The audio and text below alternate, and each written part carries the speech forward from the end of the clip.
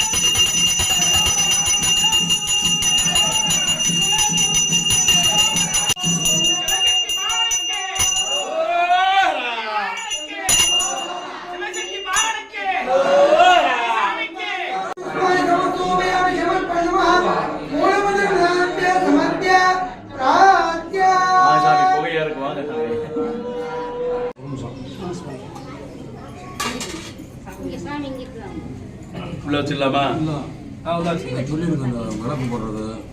கோவில் கல்யாணத்தில் விளக்குகளை அந்த திரையை விநாயகர் தீபம் போன்றவர்கள் விநாயகர் காமிச்சு அந்த திரையை வச்சிட வேண்டியதான்.